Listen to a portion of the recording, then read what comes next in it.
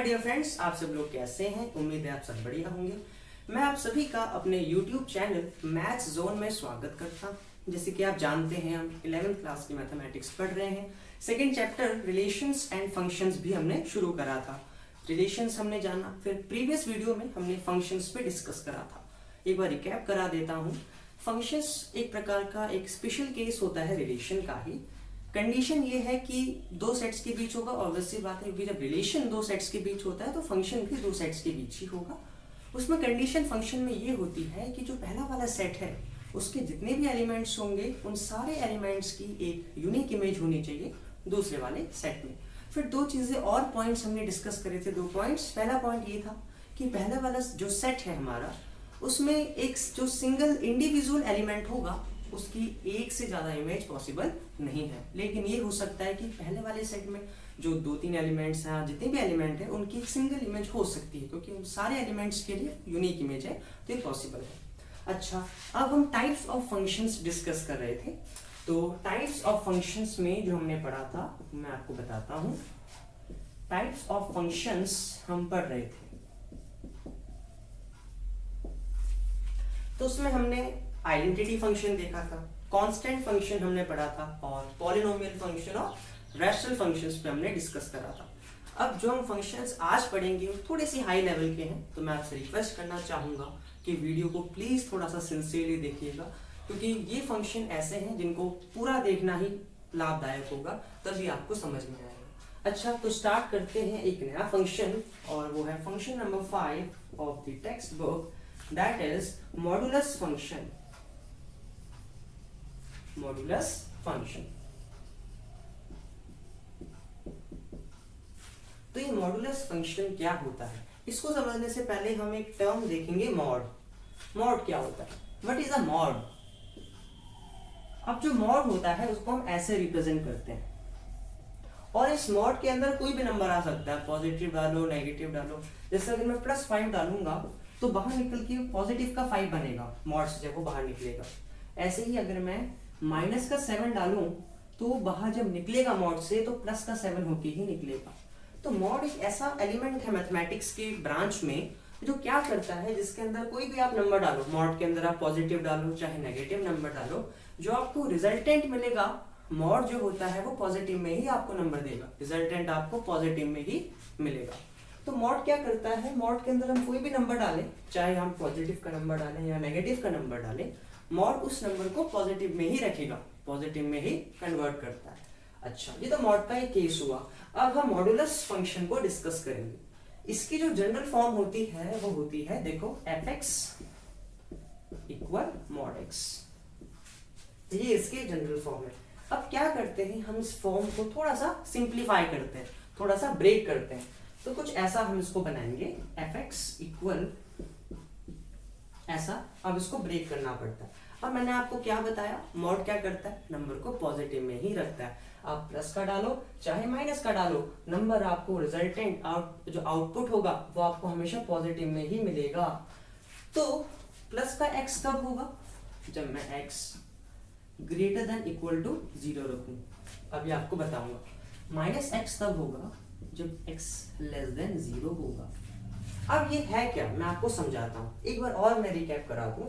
Mod की condition में आपको बता रहा था, मॉड के अंदर अगर हम पॉजिटिव का नंबर रखें चाहे नेगेटिव का नंबर रखें, मॉड हमेशा प्लस में ही नंबर देता है, पॉजिटिव में ही नंबर हमें देता है।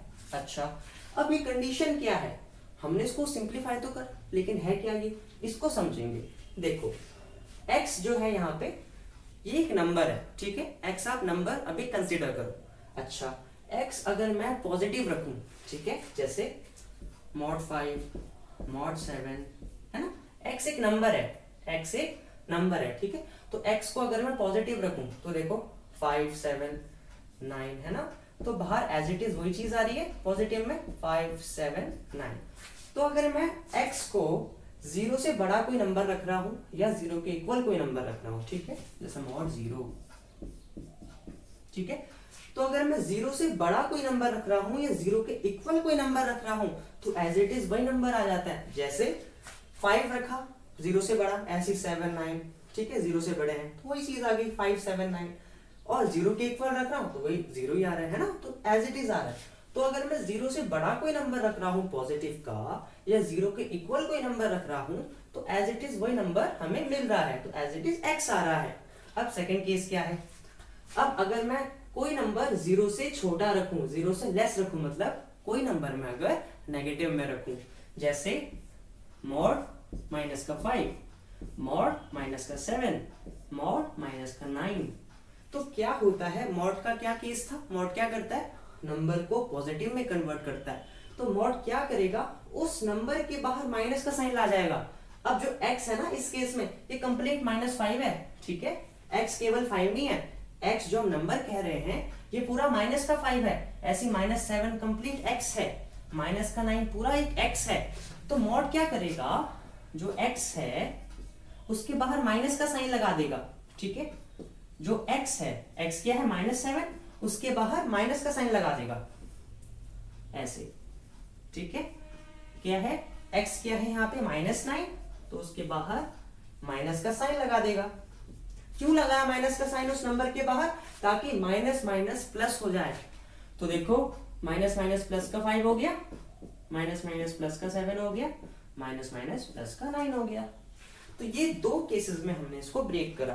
पहला केस ये था कि भाई अगर हम x यहाँ पे देखो नंबर है, ठीक है, नंबर इंडिकेट कर रहा है, तो पहला कंडीशन ये बोली हमने इसमें, जब हमने इसको सिंप्लीफाई करा स्टेटमेंट को, हमने बोला कि भाई अगर हम कोई नंबर 0 से बड़ा रख रहे हैं या 0 के इक्वल रख रहे हैं, तो वो नंबर एज इट इज आ रहा है। जैसे मैंने 5 रखा, 7 रखा, 9 रखा, 0 से बड़े रखे, 0 भी रख दिया, तो वही सारे नंबर एज इट इज आ गए, एज इट इज x आ गया। पहला केस क्लियर हुआ। दूसरा केस ये था कि अगर मैं कोई नंबर 0 से छोटा रखूं, मतलब अगर मैं कोई नंबर नेगेटिव का रखूं, तो मॉड क्या करेगा, उसको पॉजिटिव में करेगा। लेकिन कैसे करेगा, मॉड क्या करेगा, उस नंबर के बाहर माइनस का साइन लगा देगा, ताकि माइनस माइनस प्लस हो जाए। अब यहाँ पे x क्या है, x पूरा माइनस का 5 है, ठीक है, x पूरा माइनस का 7 है, x पूरा माइनस का 9 है, तो इस x के बाहर माइनस लगा देगा, x के बाहर माइनस लगा देगा, तो मॉड हटाएंगे ऐसा वाला ब्रैकेट आ जाएगा, और इस x के बाहर माइनस आ जाएगा, ताकि माइनस माइनस प्लस हो जाए। x के बाहर माइनस आएगा ताकि माइनस माइनस प्लस हो जाए, इस x के बाहर माइनस आएगा ताकि माइनस माइनस प्लस हो जाए, तो माइनस का x हो जाता है। ये केस है, ये मैंने आपको समझाया, ठीक है। तो इसको हमने ब्रेक करा। अब इसका ग्राफ प्लॉट करेंगे हम, ठीक है। अच्छा, अब इसका ग्राफ भी बहुत इजी है, आई होप आपको समझ में आया होगा। ग्राफ अगर आप देखोगे तो और अच्छे से आपको क्लियर हो जाएगा। चलिए जी, ग्राफ देखते हैं इसका। मॉड x का ग्राफ बनाना है, ठीक है। सॉल्यूशंस ले लेते हैं हम अपने। ये हमारा x है, ये हमारा fx है, ज्यादा नहीं, कुछ ही सॉल्यूशंस लेंगे। अच्छा, अगर मैं 0 रखूं, ध्यान दो, मॉड क्या करता है, पॉजिटिव में लाता है, 0 का 0, 1 का 1, 2 का 2, -1 रखूं, तो देखो मॉड -1 रखा मैंने, तो मॉड क्या करेगा, माइनस का x ला जाएगा, तो माइनस का x क्या है, -1, प्लस का 1 आ जाएगा। ऐसे ही अगर मैं माइनस का 2 लूं, मॉड माइनस का 2 लूं, तो क्या हो जाएगा, माइनस का x हो जाएगा, माइनस x क्या है, -2, तो माइनस माइनस प्लस का 2 हो जाएगा। तो ये हमारे सॉल्यूशंस है। इसको बनाते हैं जरा, यहां पे मैं आपको बताता हूं। x डैश y डैश, ये o आ गया 0, ठीक है। 1 2 3, 1 2 3, -1 -2 -3, -1 -2 एंड -3। अच्छा, अब देखो कोऑर्डिनेट देखो, 0,0 ये वाला पॉइंट है 0,0 पर। अच्छा, यहाँ पे नॉच बनेगी। नॉच क्या होता है वो मैं आपको भी बताऊंगा। 1 1 1 1 ये रहा है ना, 1 1। अच्छा, 2 2 2 2 ये रहा, 2 2 बना, प्लॉट करा। -1 1 -1 और यहाँ पे 1, ऐसे ही -2 2 -2 यहाँ पे 2। तो ग्राफ कुछ ऐसा आ रहा है। देखो व्हाइट बोर्ड में कर रहा हूं तो उतना एक्यूरेट नहीं है, लेकिन अगर आप ग्राफ पेपर में प्लॉट करोगे बिल्कुल एक्यूरेट जाएगा। कुछ ऐसा ग्राफ बनेगा उसमें, फिर ऐसा कुछ ग्राफ बनेगा। अच्छा, ये नॉच क्या होता है? देखो ग्राफ कैसा बन रहा है, कुछ ऐसा बन रहा है ना, है ना। तो ये वाला जो पॉइंट होता है ना, ये वाला पॉइंट, इस पॉइंट को नॉच बोला जाता है, ठीक है। ये जो पॉइंट आप देख रहे हो, ग्राफ ऐसा बन रहा है ना, तो यहाँ पे देखो ये जो पॉइंट आप देख रहे हो, इस पॉइंट को नॉच बोला जाता है। तो यहाँ पे नॉच 0 में बन रही है, ठीक है। अच्छा, ये तो हमने बहुत सिंपल सा एक टर्म लिया मॉड एक्स। अब अगर मैं मॉड एक्स प्लस 1 लूं, समझ रहे हो मेरा कहने का मतलब, अगर मैं इक्वेशंस के टर्म में लूं, जैसे mod x plus 5, mod x plus 7, mod x plus 1, mod x minus 2, mod x minus 7, तो अगर मैं इक्वेशंस के टर्म में लूंगा तो कैसे हम सॉल्व करेंगे वो देखना है। तो देखो मॉडुलस फंक्शन में सबसे इंपॉर्टेंट क्या होता है, इस चीज को ब्रेक करना, सिंप्लीफाई करना, वो सबसे इंपॉर्टेंट होता है। जहां आपने डेफिनेशन को ब्रेक करना सीख लिया, वहां पे आपको मॉडुलस फंक्शन आ गया, ये समझो आप, ठीक है। अब हम क्या करते हैं, मॉड एक्स की जगह क्या लेते हैं, क्या लेंगे, मॉड एक्स प्लस 1 लेते हैं, ठीक है। अब मॉड एक्स प्लस 1 से हम समझेंगे कि अगर इक्वेशन आ रही है तो कैसे करना है, ठीक है, ठीक है। तो हम क्या ले रहे हैं, मॉड एक्स प्लस 1 से समझते हैं। बहुत इजी है, क्लियर हो जाएगा आपको। अब देखो हमारे पास क्या है, इसको रफली थोड़ा सा देखते हैं। हमारे पास क्या है, चलो यहीं पे बता देते हैं। हमारे पास है मॉड एक्स प्लस 1। तो देखो पिछला वाला केस याद करो, मॉड एक्स का, मॉड एक्स का केस क्या था, मॉड एक्स का केस, मॉड एक्स का केस आपने याद रखना है, वो हर जगह काम आएगा। जो मॉड एक्स का केस बता रहा हूं उसको तो आपने याद रखना ही रखना है, क्योंकि वो हर इक्वेशन में काम आएगा। तो मॉड एक्स का केस क्या था भाई, प्लस का एक्स हो रहा था ना, जब x हम क्या रख रहे थे, greater and equal to 0, minus का x हो रहा था ना, जब x क्या हो रहा था, लेस देन 0, है ना, ये केस था। अच्छा, अब देखो x प्लस 1, अभी इसको कंप्लीट x मानो, जो इक्वेशन दिख रही है ना x प्लस 1, इसको पूरा भी x मानो। तो x प्लस 1 ऐसे कब बाहर निकलता है, डायरेक्टली सीधा x कब बाहर निकलता है, जब x ग्रेटर होता है और इक्वल होता है 0 के। तो यहाँ पे x plus 1 greater and equal to 0, है ना। देखो ना x जो है सीधा x ऐसे बाहर कब निकल जाता है, जब x greater and equal to 0 होता है। वैसे ही x प्लस 1 अभी पूरा x मानो, तो x प्लस 1 सीधा कब बाहर निकल जाएगा, जब ये x plus 1 greater and equal to 0 होगा। अच्छा, ये तो हमने करा है स्टेप। अब हमें क्या चाहिए, ग्राफ प्लॉट करने में इससे थोड़ी दिक्कत होगी हमें, ठीक है। x प्लस 1 अगर हम लेते हैं तो ग्राफ की प्लॉटिंग में थोड़ा सा हमें डिफिकल्टी हो सकती है। तो हम क्या करेंगे, x को सेपरेट कर देंगे और इस 1 को हम वहां ट्रांसफर कर देंगे राइट हैंड साइड में। तो प्लस का 1 है, वहां जाके क्या हो जाएगा, माइनस का 1। तो x is greater and equal to -1, बस हो गया, बस ये हमें मिल गया। तो इससे हम स्टेटमेंट बना देंगे। क्या मिला हमें, यहाँ पे बता देता हूं, x is greater equal to -1, ठीक है। अब देखो और कुछ चेंज नहीं करना है, वही हमें सिंप्लीफाई करना है, वही हमें चीज लिखनी है जो हमने पहले लिखी थी। तो देखो ठीक है, अब x प्लस 1 सीधा कब बाहर निकलेगा, सीधा x प्लस 1 ऐसे तब बाहर निकलेगा जब x जो नंबर है वो greater and equal to minus का 1 हो जाएगा, ठीक है। और माइनस x है ना, तो माइनस का x प्लस 1 कब बाहर निकलेगा, जब x लेस होगा माइनस के 1 से। देखो ना, माइनस का x था तो बस माइनस का x प्लस 1 कर दिया, यहाँ पे सिंपल x था, सिंपल x प्लस 1 कर दिया। अब हमने -1 आपके सामने भी बनाया था ना, तो बस 0 की प्लेस में -1 आ गया और कुछ चेंज नहीं करा, ठीक है। सपोज दैट अगर x प्लस 5 में करता तो यहाँ पे माइनस का 5 आ जाता, ये प्लस 5 वहां ट्रांसफर हो जाता राइट हैंड साइड में, तो माइनस का 5 आ जाता।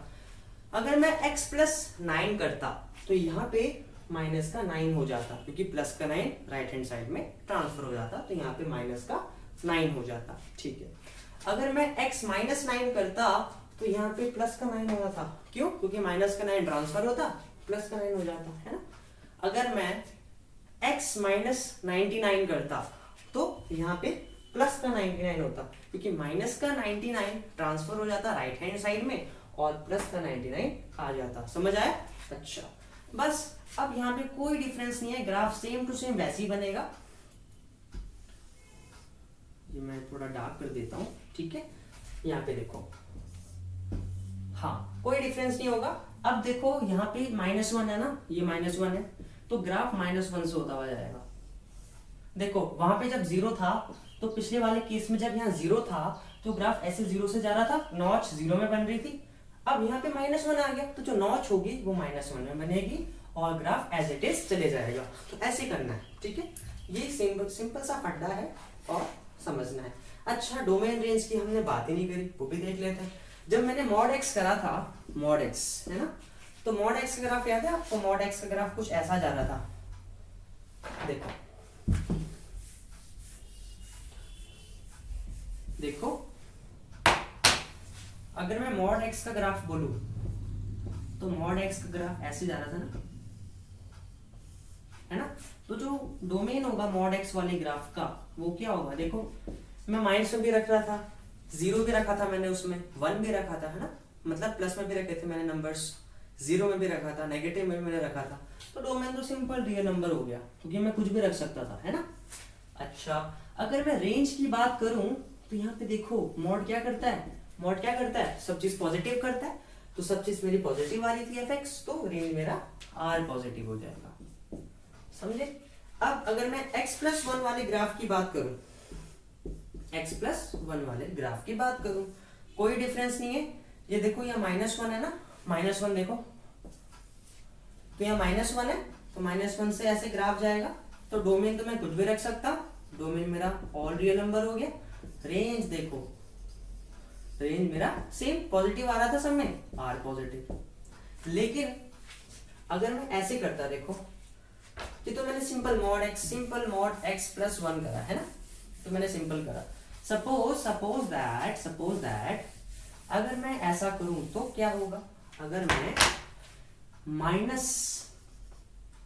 -mod x+1 करूं तो मतलब मॉड के बाहर अगर माइनस लगा दूं तो तब क्या होगा? तब देखो डोमेन तो मैं कुछ भी रख सकता हूँ ना।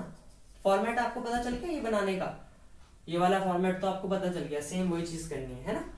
तो जो डोमेन होगा फिर वो आर ही होगा, कुछ भी रख सकता हूँ ग्राफ के टाइम तो। लेकिन जो रेंज होगी इस केस में वो आर नेगेटिव होगी। आर नेगेटिव क्यों होगी? क्योंकि मॉड से जो चीज बाहर निकलेगी प्लस में निकलेगी और बाहर माइनस वेट कर रहा है। तो प्लस में तो मॉड से बाहर निकल गया, लेकिन बाहर माइनस है तो माइनस में ही आ जाएगा, तो आर नेगेटिव मेरा रेंज हो जाएगा। ये था मेरा मॉड्यूलस फंक्शन। बहुत इंपॉर्टेंट फंक्शन है, चीजों का ध्यान रखना है और स्टेप बाय स्टेप चलना है, तो सारी चीजें आपके लिए आसान हो जाएगी। आई होप आपको मॉड्यूलस फंक्शन क्या है ये समझ में आया होगा। अगर आपको नहीं आ रहा है कोई बात नहीं, आप वीडियो को बैक करिए, उससे आप एक और बार समझिए, क्योंकि जो फंक्शन है मॉड्यूलस वाला ये बहुत इंपॉर्टेंट फंक्शन है। यहीं से चीजें बनती हैं, यहीं से क्वेश्चंस आते हैं। क्योंकि आइडेंटिटी फंक्शन, कांस्टेंट फंक्शन है ना, ये फंक्शन तो इजी से थे, ज्यादा कुछ टफ था भी नहीं। लेकिन मॉड्यूलस से काफी चीजें आती है, क्योंकि इसमें हमें सिंप्लीफाई करना होता है, जो मेन चीज है ना, डेफिनेशन को ब्रेक करना होता है, जो मेन चीज है। तो आई होप आपको समझ में आया होगा। नाउ अब हम देखेंगे एक नया फंक्शन जो कि है 6th हमारा सिग्नम फंक्शन। सिग्नम फंक्शन, अब ये सिग्नम फंक्शन क्या होता है भाई? What is the signum function? तो सिग्नम फंक्शन क्या होता है ये पढ़ेंगे अब। तो मॉडुलस हमने देखा, अब सिग्नम फंक्शन की जो जनरल फॉर्म है, देखो मॉडुलस की तो मैंने आपको क्या बताई थी, fx इक्वल मॉड x है ना, ठीक है। अब सिग्नम की जनरल फॉर्म, ये मॉडुलस की जनरल फॉर्म थी, fx equal mod x, modulus function की जनरल फॉर्म थी। अच्छा, अब सिग्नम फंक्शन की जनरल फॉर्म क्या होगी? तो इसकी जनरल फॉर्म होती है fx equal mod x upon x when x is not equal to 0 और 0 when x equal to 0। ये इसकी जनरल फॉर्म है, सिग्नम फंक्शन की ये जनरल फॉर्म होती है कि भाई fx जो है वो mod x अपॉन x होगा जब x जो नंबर है वो 0 के इक्वल नहीं होगा, लेकिन वो 0 होगा जब जो नंबर है हम x जो है जब 0 के इक्वल मानेंगे, ठीक है। तो सिग्नम की जनरल फॉर्म है जिसको आपने ध्यान में रखना है कि भाई fx होता है mod x अपॉन x जब x is not equal to 0 और fx होता है 0 when x equal to 0। ये कंडीशन है। एक और बार रिपीट कर लेता हूँ, एफ एक्स जो है मॉड एक्स अपॉन एक्स होगा जब x is not equal to 0 और एफ एक्स 0 होगा जब एक्स इक्वल टू 0। ये इसकी जनरल फॉर्म है, ठीक है। इस जनरल फॉर्म को आपने ध्यान में रखना है। अच्छा, अब मैं अगर इसी को और सिंप्लीफाई करूं तो देखो क्या हो सकता है ना, क्योंकि एनसीईआरटी टेक्स्ट बुक में अलग दिया है, ठीक है। इसी को मैं सिंप्लीफाई करता हूं। देखो यहाँ पे मॉड आ गया ना, है ना, तो इसको और अभी ब्रेक करना पड़ेगा। जैसे हमने मॉडुलस में क्या करा था, और सिंप्लीफाई करा था ना, सेम मॉड एक्स से और सिंप्लीफाई करेंगे। तो देखो मॉड एक्स है मेरे पास यहाँ पे, तो उसको ब्रेक करना पड़ेगा, तो मॉड एक्स को ब्रेक करते हैं, ठीक है। मॉड एक्स है, ठीक है। तो देखो दो केसेस होते थे ना, प्लस का एक्स हो जाएगा एक बार तो, है ना, upon x as it is है। मॉड एक्स प्लस का एक्स कब बनता है, जब एक्स जो है ग्रेटर इक्वल टू 0 होता है ना। एक्स अपॉन एक्स 1, तो 1 हो जाएगा जब एक्स जो है ग्रेटर एंड इक्वल टू 0 होगा। अच्छा, अब माइनस का एक्स कब बनता है मॉड, जब x is less than of 0। तो मॉड माइनस एक्स बन गया, कब बना, जब x लेस देन 0। कैंसिल कर दो, -1 आ गया, तो -1 तब होगा जब x लेस देन 0। और ये तो केस चल ही रहा है 0 का, है ना, जब x इक्वल 0। समझे, कुछ नहीं करा, ये हमने जनरल फॉर्म आपको बताई। अब यहाँ पे मॉड x था, तो मॉड x को वही ब्रेक कर दिया। मॉड x कब x बनता है, जब x is greater and equal to 0 upon x as it is है, ठीक है। x x कैंसिल, 1 आ गया। मॉड x माइनस का x कब बनता है, याद करो जरा, जब x is less than of 0, तो upon x as it is है, x x कैंसिल, -1 आ गया, ठीक है। और 0 का केस तो एज इट इज चल ही रहा है। तो अगर मैं इसको अच्छे से लिखूं तो ये 3 केसेस बन रहे हैं, देखो ये बन रहे हैं। तो 3 केसेस क्या बन रहे हैं इसमें, 3 केसेस देखो, देखो 1 तब होगा जब x is greater and equal to 0, 0 तब होगा जब x इक्वल टू 0, माइनस का 1 तब होगा जब x is less than of 0। ये है सिग्नम फंक्शन का फॉर्मेट। इसका ग्राफ बनाते हैं सिंपल, ठीक है। Origin x dash y dash, ठीक है। अब देखो मैं ग्राफ प्लॉट करता हूं, ये टेबल बनाते हैं जैसे हम बनाते ही हैं। यहाँ पे x है, यहाँ पे fx है, समझे। अब देखो अगर मैं x को 0 डालूं, fx क्या आ रहा है, 0 आ रहा है ना, ये fx ही तो है एक हिसाब, एक प्रकार से। बस इसको सिंप्लीफाई कर दिया, fx है, सिंप्लीफाई कर दिया, मॉड को सिंप्लीफाई कर दिया, ये हमारा रूल बन गया। तो 0 कब आता है fx मेरा, जब मैं x को 0 डालता हूं। x मैंने 0 डाला, देखो fx 0 आ गया, ठीक है। अब अगर मैं x को 0 से बड़ा डालूं, उससे पहले ये बहुत जरूरी है यहाँ पे, देखो यहाँ पे देखो ये वाली कंडीशन हट जाएगी। जो मैंने इक्वल यहाँ पे साइन लगाया था ना, वो यहाँ पे नहीं लगेगा। क्यों नहीं लगेगा, क्योंकि इक्वालिटी का केस तो यहाँ पे आ गया। फंक्शन एक सिंगल टाइम पे सिंगल कंडीशन को फॉलो करते हैं। अब यहाँ पे इक्वल का साइन था पहले, लेकिन मैंने इक्वल का साइन हटा दिया। बताओ क्यों हटाया, क्योंकि इक्वालिटी वाला जो कंडीशन है वो यहाँ पे फुलफिल हो चुका है, तो केवल ग्रेटर वाला कंडीशन यहाँ पे अप्लाई होगा, ठीक है। इक्वल क्यों नहीं लगेगा, क्योंकि इक्वल वाला साइन मैंने यहाँ पे लगा दिया, इक्वालिटी की कंडीशन यहाँ पे फुलफिल हो गई है, तो इक्वालिटी की कंडीशन यहाँ से हटेगी और केवल ग्रेटर वाला साइन ही यहाँ पे चलेगा, क्योंकि फंक्शन एक सिंगल टाइम पे सिंगल कंडीशन ही फॉलो करते हैं, ये ध्यान रखना है बस। अच्छा, अब देखो अगर मैं x को, मैंने टेबल बनाई, ठीक है, x मैंने 0 डाला, fx 0 आ गया, ठीक है। अब x में 0 से बड़ा कोई भी नंबर डालूं, 1 डालूं, 2 डालूं, 0 से बड़ा कोई भी डाल दो, 99 डाल दो, 1000 डाल दो, कुछ भी डाल दो 0 से बड़ा, हमेशा fx 1 ही आएगा। तो मैंने डाला जैसे 3, fx क्या आ गया, 1 आ गया, ठीक है। और अगर मैं x को 0 से लेस डालूं, कुछ भी डाल दो, -1 डाल दो, 0 से छोटा डालना है, ठीक है। तो -1 डाल दिया, -3 डाल दिया, तो fx आपका हमेशा -1 ही आएगा।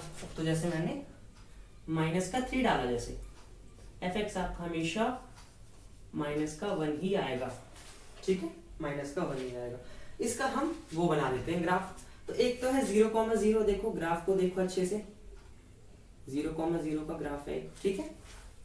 फिर एक है 3,1, यहाँ पे देखो 1 2 3 1 2 3 -1 -2 -3 है ना, -1 -2 -3। अब एक चीज ध्यान रखो ना, मैं 0 से बड़ा कुछ भी डाल दूं, हमेशा आंसर 1 ही आ रहा है fx में। तो 0 से बड़ा अगर मैं कुछ भी डालता हूं तो आंसर हमेशा मेरा 1 ही आएगा, है ना। ये देखो आंसर हमेशा 1 ही आएगा। तो मैं इसको ऐसे चलाते जा सकता हूं, भाई मैं 0 से बड़ा कुछ भी डाल रहा हूँ, मैं 0 से बड़ा कुछ भी h डाल रहा हूँ, fx मेरा 1 ही आ रहा है। तो मैं 0 से बड़ा कुछ भी डाल रहा हूँ, आंसर मेरा 1 ही आ रहा है, तो 1 ऐसे एक्सटेंड होता जाएगा, ठीक है। अब देखो मैं 0 से छोटा कुछ भी डाल दूं, fx हमेशा -1 ही आएगा। 0 से छोटा कुछ भी डाल दूं यहाँ, fx हमेशा -1 ही आएगा। तो -1 की लाइन ऐसे एक्सटेंड होती ही जाएगी। ये कंडीशन है सिग्नम फंक्शन का। दिस इज और सिग्नम फंक्शन, ठीक है। ये फंक्शन ध्यान रखना है आपने। फिर मॉड x को सिंप्लीफाई करना है, ये केस बनाना है और ग्राफ को प्लॉट कर देना है। ये आपका सिग्नम फंक्शन है। आई होप आपको आया होगा। थोड़ा सा अगर आपको विजिबिलिटी में थोड़ा सा दिक्कत हो रही है, मुझे पता है मार्कर पे थोड़ा कम चल रहा है, लेकिन प्लीज आप थोड़ा सा इससे समझिए कि ये जनरल फॉर्म थी, इसको हमने सिंप्लीफाई करा। हमने देखा भाई अगर मैं x को 0 से बड़ा कुछ भी डाल दूं 1 ही आता जाएगा fx। तो मैंने 0 से बड़ा कुछ भी डाला, fx मेरा 1 ही आता जा रहा है, तो 1 को मैं ऐसे एक्सटेंड करते जाऊंगा। अब 0 के इक्वल डाल रहा हूं तो 0 ही आ रहा है, 0x डाला fx भी 0 आ गया, ये 0 0 हो गया। और एक लास्ट केस था, मैं x को 0 से छोटा कुछ भी डाल दूं, नेगेटिव में कुछ भी डाल दूं, ठीक है, fx मेरा -1 ही आएगा। तो मैंने 0 से छोटा कुछ भी डाला है यहाँ पे, fx मेरा -1 ही आ रहा है, तो -1 को एक्सटेंड कर दिया, ये ग्राफ बन गया। तो ये सिग्नम फंक्शन है। अब एक लास्ट फंक्शन है ग्रेटेस्ट इंटीजर फंक्शन। सबसे इंपॉर्टेंट फंक्शन मेरे हिसाब से वही है, तो इसको देखना बहुत जरूरी है और समझना भी इसको जरूरी है। तो signum function, what is signum function, तो सॉरी हमने देख लिया है, ग्रेटेस्ट इंटीजर फंक्शन आता है। तो सिग्नम फंक्शन हुआ, मॉडुलस फंक्शन हुआ। मॉड का रूल ध्यान रखना है, मॉड हमेशा हर चीज को पॉजिटिव कर देता है, ठीक है। अब लास्ट आता है इसमें ग्रेटेस्ट इंटीजर फंक्शन, और ये बहुत इंपॉर्टेंट फंक्शन है आपका, ठीक है। Okay, let's start. Our last topic of today's video, 7th है greatest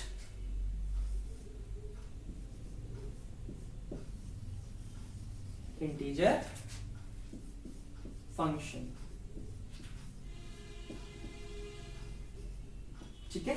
greatest integer function, greatest integer function ये क्या होता है, ये क्या होता है। तो ग्रेटेस्ट इंटीजर फंक्शन भी बहुत इंपॉर्टेंट फंक्शन है। अब इसको हम बहुत ध्यान से समझेंगे, क्योंकि इसका जो फॉर्मेट है थोड़ा सा क्रिटिकल है, थोड़ा सा टिपिकल है, लेकिन एक बार अगर आपने फॉर्मेट समझ लिया आपको आसानी से आ जाएगा ये भी। तो इसकी जनरल फॉर्म क्या है, fx इक्वल ब्रैकेट x, ये इसकी जनरल फॉर्म है, ठीक है। fx equal to bracket x, ऐसा वाला ब्रैकेट आ जाता है। ये स्क्वायर ब्रैकेट देख रहे हो ना, fx इक्वल ब्रैकेट x, ये इसकी जनरल फॉर्म होती है, ठीक है। अब इसको समझने के लिए हमने एक स्टेटमेंट देखी है, वो क्या है, स्टेटमेंट ये है कुछ, ग्रेटेस्ट इंटीजर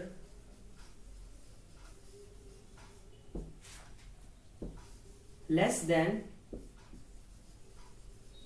और इक्वल टू x।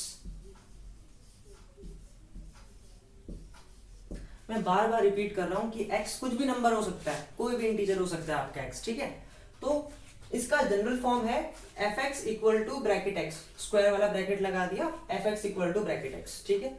अब इसको समझने के लिए हमने एक स्टेटमेंट देखी है। स्टेटमेंट क्या है, ग्रेटेस्ट इंटीजर लेस देन और इक्वल टू x। अभी समझ में नहीं आ रहा होगा, मुझे पता है आपके समझ में नहीं आ रहा होगा। अब इसको हम दो पहलू से समझेंगे, दो कड़ियों से इसको समझने का प्रयास करेंगे। अब क्या करते हैं, इसको थोड़ा ब्रेक करते हैं। पहले हम देखेंगे इंटीजर लेस देन और इक्वल टू एक्स, फिर हम उसमें जो ग्रेटेस्ट मिलेगा वो हमारा आंसर हो जाएगा।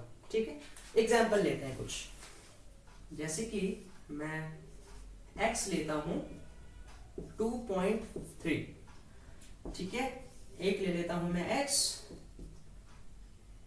9, सॉरी एक x ले लेता हूं मैं 5.3, ठीक है, ठीक है, एक x ले लेता हूं मैं क्या 5 ले लेता हूं, ठीक है, एक x मैं ले लेता हूं माइनस का 2.3 और एक x ले लेता हूं मैं माइनस का 4.5, ठीक है। ये मैंने कुछ केसेस लिए, मैंने x के अलग अलग वैल्यूज ली, उससे हम ग्रेटेस्ट इंटीजर फंक्शन को देखेंगे। अब पहली स्टेटमेंट क्या बोली मैंने, इंटीजर लेस देन और इक्वल टू x, मतलब पहले ऐसा इंटीजर ढूंढो जो या तो छोटा हो या इक्वल हो x के। अब इक्वल कब होगा और लेस देन कब होगा ये भी देखना है। अगर मेरे पास सिंपल नंबर आ रहे हैं, जैसे मेरे पास 5 आ रहा है, ठीक है, -5 आ रहा है, 10 आ रहा है, -10 आ रहा है, मतलब अगर मेरे पास सिंपल से ऐसे नंबर आ रहे हैं, होल नंबर्स आ रहे हैं, तब तो मैं इक्वल टू x वाला केस लगाऊंगा। लेकिन अगर मेरे पास पॉइंट में आ रहा है, जैसे माइनस का 1.3, माइनस का 2.4, माइनस का 3.9, अगर पॉइंट में आ रहा है तो मैं लेस देन का केस लगाऊंगा। फिर से कह रहा हूं, अगर मेरे पास होल नंबर आ रहे हैं सीधा, तब तो भाई इक्वल टू का केस लगेगा। लेकिन अगर डेसिमल में, डेसिमल एक्सपेंशन में नंबर आ रहे हैं तो लेस देन का केस लगेगा। अब वो कैसे लगेगा वो मैं आपको बताता हूं। अब पहला मैंने x माना 2.3, तो देखो जनरल फॉर्म कभी भूलना मत। जनरल फॉर्म क्या है, fx इक्वल ब्रैकेट x, ठीक है।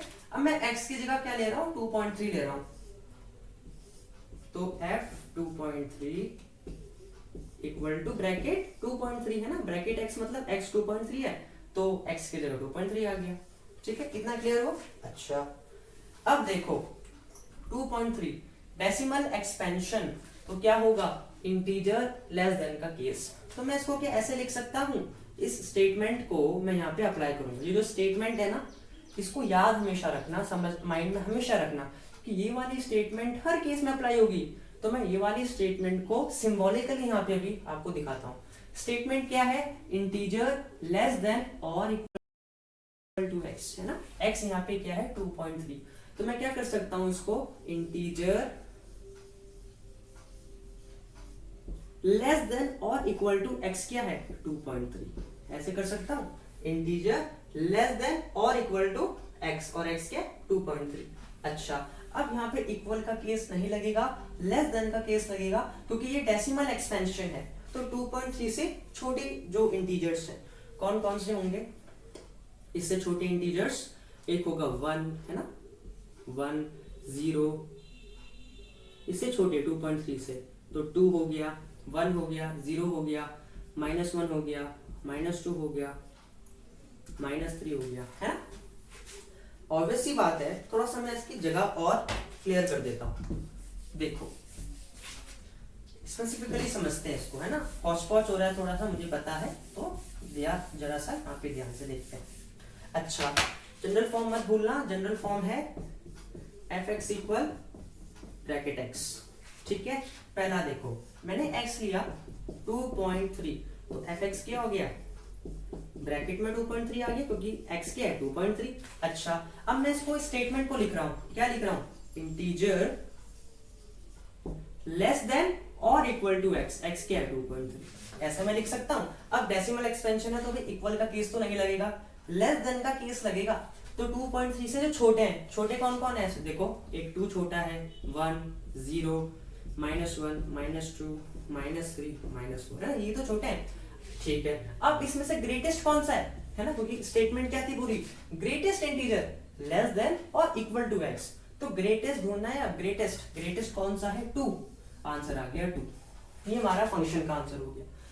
अब जैसे दूसरा देखो, मैंने ले लिया 7.9, ठीक है, तो fx हो गया मेरा ब्रैकेट में 7.9।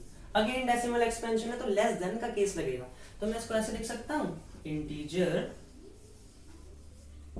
लेस देन और इक्वल टू 7.9, है ना, ये लिख सकता हूं, ठीक है। अब डेसिमल एक्सपेंशन है तो लेस देन का केस लगेगा, 7.9 से छोटे कौन कौन है, 7 है, 6 है, 5 है, 4 है, 3 है, 2 है ना। अब इसमें से ग्रेटेस्ट कौन है, ग्रेटेस्ट 7 है, आंसर विल बी 7। अब मैं ले लेता हूं 5, ठीक है, x को ले लेता हूं 5, तो fx क्या हो गया, fx हो गया ब्रैकेट में ऐसा 5। अब देखो मैं इसको ऐसे लिख सकता हूं, इंटीजर लेस देन और इक्वल टू 5, है ना, वही स्टेटमेंट लिख रहा हूं बार बार। अब ये होल नंबर आ गया पूरा, तो इसमें इक्वल टू का केस लगेगा, तो सिंपल आंसर हमारा 5 हो गया, बस इक्वल है तो सिंपली हमारा आंसर 5 हो गया, ठीक है। या आप इसको ऐसे भी समझ सकते हो, 5 से लेस कौन कौन है, या ऐसे ही मत समझो, सिंपली 5 लिख लो आंसर। क्यों लिखा 5 आंसर, होल नंबर है, मैंने बोला था इक्वल टू का केस लगेगा, तो सीधा 5 इक्वल हो गया, 10 होता 10 का आंसर आ जाता, 3 होता 3 आंसर आ जाता, 9 होता 9 आंसर आ जाता, तो इक्वल टू का केस लगता और वही चीज हमारा आंसर हो जाती, जो x होता वही हमारा fx हो जाता। क्लियर हुआ? अच्छा, एक और केस लें इसका, fx मैंने ले लिया 10 तो मैं इसको ऐसे लिख सकता हूं, इंटीजर लेस देन और इक्वल टू 10, तो fx मेरा ऐसा ब्रैकेट 10 है ना, तो आंसर क्या हो गया, सीधा इक्वल टू है ना, होल नंबर है तो इक्वल टू का केस लगेगा, सीधा हमारा 10 आंसर आ गया, समझे, तो इसका आंसर सीधा 10 ही हो गया। अगर 7 होता इक्वल टू का केस लगता 7 ही आंसर होता, 6 होता इक्वल टू का केस लगता आंसर 6 ही होता। दो और एग्जांपल लेते हैं नेगेटिव के, उससे आपको और क्लियर हो जाएगा।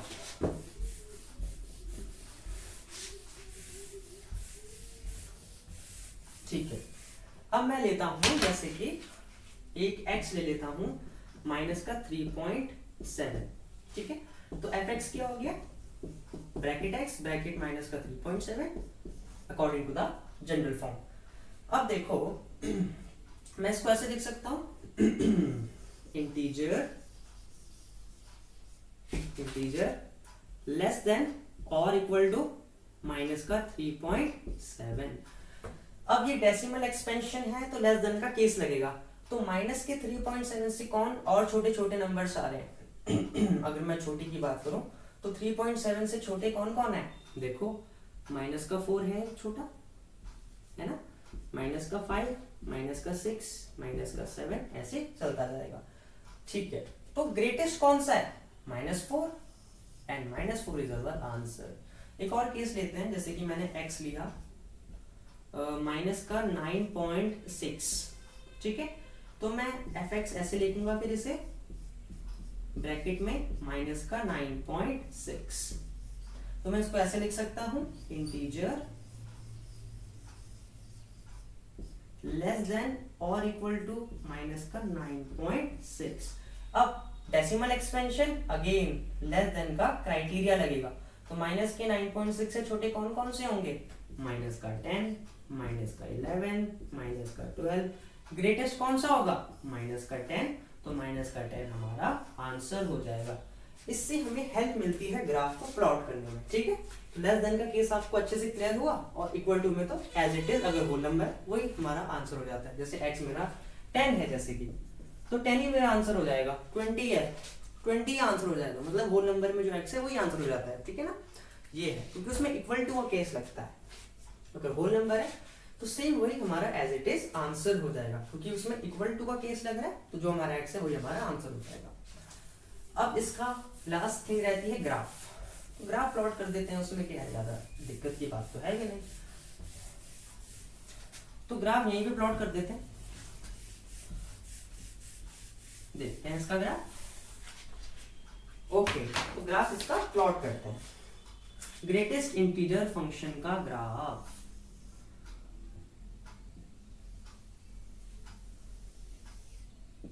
x डैश y डैश, ठीक है, ओ 0 हो गया, 1 2 3 4 5 6, देन -1 -2, -3, -4, -5, -6, 1 2 3 4 और एक्सटेंड कर दो,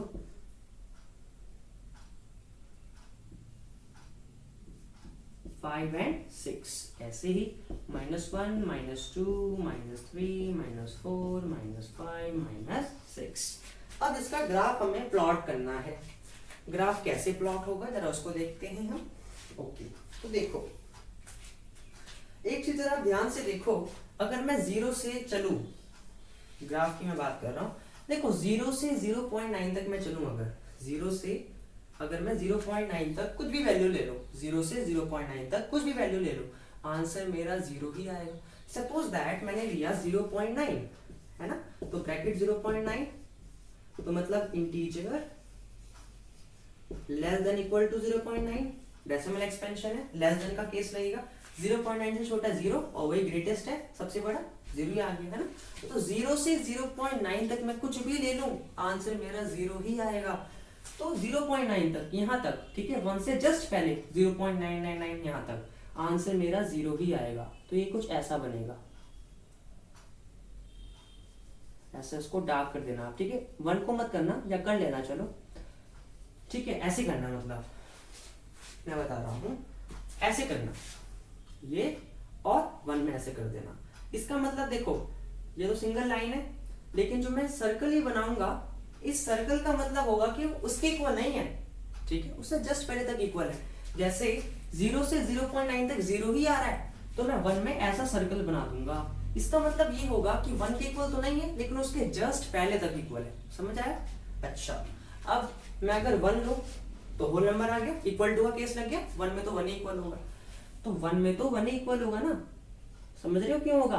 क्योंकि होल नंबर है, इक्वल टू का केस लगेगा, और एज इट इज जो x है वही आंसर होता है, तो 1 में 1 ही इक्वल होगा। 1 के 1 इक्वल हो गया, ये मैंने ऐसे कर दिया, ठीक है। 1.9 तक 1 के इक्वल होगा, तो 2 में ऐसा सर्कल बना दूंगा, फिर वही 2 में 2 के इक्वल होगा तो वैल्यू जंप कर जाएगी, तो 3 में ऐसा सर्कल हो जाएगा। 3 में 3 के इक्वल होगा तो वैल्यू जंप कर जाएगी, 4 में ऐसा सर्कल बना दूंगा। 4 में 4 के इक्वल होगा तो वैल्यू जंप कर जाएगी। 5 के इक्वल नहीं है तो उसमें ऐसे सर्कल आ जाएगा। 5 में 5 के इक्वल होगा तो वैल्यू जंप कर जाएगी। 6 के इक्वल नहीं होगा तो 6 में ऐसे सर्कल हो जाएगा। तो ऐसे लैडर्स की तरह ग्राफ बनेगा। सेम कंसेप्ट हम नेगेटिव साइड में भी लगाएंगे, ठीक है, सेम चीज हम नेगेटिव के साइड में भी अप्लाई करेंगे। कैसे होगा देखो, अगर मैं लूं माइनस का 0.9 फॉर एग्जाम्पल, ठीक है, माइनस का 0.9, तो देखो माइनस का 0.9 है तो ये ब्रैकेट हो गया माइनस का 0.9, तो मैं इसको ऐसे लिख सकता हूं, integer less than equal to minus का 0.9। डेसिमल एक्सपेंशन है, लेस देन का केस लगेगा, तो 0.9 से छोटा, जस्ट छोटा है ना। आप ये देखो डेसिमल एक्सपेंशन है, लेस देन का केस लगेगा, तो 0.9 से छोटे कौन कौन है? -1, -2, -3, उसमें से ग्रेटेस्ट -1। तो 0 से माइनस के 0.9 तक की वैल्यू क्या आएगी? -1 आएगी, है ना। तो -1 इज योर आंसर। तो यहां पे देखो -1 के इक्वल होगा, तो ऐसे कर देता हूं, यहाँ पे देखो -1 के इक्वल होगा। अब 0 के इक्वल नहीं है ना, तो 0 में ऐसा सर्कल आ गया, समझे? y एक्सिस में ऐसा सर्कल बना दिया मैंने। क्यों बनाया? क्योंकि यहाँ पे इक्वल नहीं है, इस जगह इक्वल है -1 के, है ना। तो ये अब देखो -1 में किसके इक्वल होगा? -1 के, तो वैल्यू जंप कर जाएगी। देखो मैंने आपको क्या बताया, मैं आपको अच्छे से एक बार और समझा देता हूँ। 0 से माइनस के 0.9 तक किसके इक्वल होगा? -1 के इक्वल होगा, अभी मैंने बताया था, है ना। तो 0 से माइनस के 0.9 तक किसके इक्वल होगा? -1 के। तो यहाँ पे ऐसे मैं कर देता हूँ -1 के इक्वल। अच्छा, अब -1 है तो -1 के इक्वल होगा, क्योंकि होल नंबर है तो इक्वल टू का केस लग गया, -1 के इक्वल होगा, तो ऐसे बन जाएगा, ठीक है। ये ऐसी लाइन आ जाएगी, और बस यहाँ पे सर्कल आएगा। क्यों आएगा यहाँ पे सर्कल ऐसा वाला? क्योंकि यहाँ पे इक्वल नहीं है, इस साइड इक्वल आ रहा है ना। मैंने क्या बताया था, जो ऐसा वाला सर्कल है, थोड़ा मोटा सा सर्कल, वो वहां पे आएगा जहां पे वो इक्वल नहीं हो रहा है। तो यहाँ पे इस साइड इक्वल थोड़ा ना हो रहा है, -1 के इक्वल हो रहा है ना, तो यहाँ पे थोड़ा ना आएगा, यहाँ पे इक्वल नहीं है तो यहाँ पे वो सर्कल आएगा। जैसे हम जब इसमें कर रहे थे 5 में 5 के इक्वल था लेकिन 6 के इक्वल नहीं था तो 6 में हमने सर्कल लगाया। ऐसे ही 3 में 3 के इक्वल था 4 के इक्वल नहीं था तो 4 में सर्कल लगाया। सेम यहाँ पे देखो -1 में -1 के इक्वल है लेकिन y एक्सिस में थोड़ा ना इक्वल, तो y एक्सिस में हमने सर्कल लगा दिया। ऐसे ही -2 में जस्ट जंप कर जाएगी, -2 के इक्वल होगा और -1 के इक्वल नहीं होगा तो ऐसे सर्कल। -3 में वैल्यू जंप करेगी, -2 के इक्वल नहीं होगा तो सर्कल। -4 में वैल्यू जंप करेगी तो -3 के इक्वल नहीं होगा तो यहाँ पे सर्कल। -5 में वैल्यू जंप करेगी, -4 के इक्वल नहीं होगा लेकिन यहाँ पे सर्कल आ जाएगा। एज इट इज -6 में वैल्यू और जंप करेगी, -6 में -6 के इक्वल होगा, ठीक है, लेकिन -5 के इक्वल थोड़ा ना होगा, यहाँ पे सर्कल आ जाएगा। तो ऐसे ही इसका ग्राफ बनता है। -2 में -2 के इक्वल है लेकिन -1 के इक्वल नहीं है तो यहाँ पे सर्कल आ गया। -3 में -3 के इक्वल है लेकिन -2 के इक्वल थोड़ा ना, सर्कल आ गया। सेम -6 में -6 के इक्वल है लेकिन -5 के इक्वल नहीं है तो उसमें ऐसा सर्कल आ गया। जैसे मैंने लिया था माइनस का 2.9 तो ये क्या होगा, integer less than equal to minus का 2.9। लेस देन का किस लगा, इसे माइनस के 2.9 से छोटे क्या क्या हो सकते हैं, माइनस के 2.9 से छोटे माइनस का 3, माइनस का 4, ग्रेटेस्ट -3 है इसलिए माइनस के 2.9 लूंगा तो -3 में वो फॉल करेगा क्योंकि इसके इक्वल आ रहा है ना, इसलिए माइनस का 2 इतना पार्ट कवर करेगा। माइनस का 2.3 -3 में फॉल करेगा इसलिए यहाँ पे आ गया। माइनस का 3.9 -4 में फॉल करेगा इसलिए वो यहाँ आ गया। माइनस का 4.9 -5 में फॉल करेगा इसलिए वो यहाँ आ गया। माइनस का 5.9 -6 में फॉल करेगा, क्यों, क्योंकि उसके इक्वल होगा रूल के अकॉर्डिंग, इसलिए यहाँ पे हमने ऐसा सर्कल लगाया। लेकिन -5 के इक्वल थोड़ा ना होगा इसलिए उसमें ऐसा मोटा सर्कल आया। सो आई होप आपको समझ में आए होंगे। तो ये हमारे टाइप्स ऑफ फंक्शन थे, सारे टाइप्स ऑफ फंक्शन हमने जाने। आई होप आपको समझ में आया होगा। Thank you very much.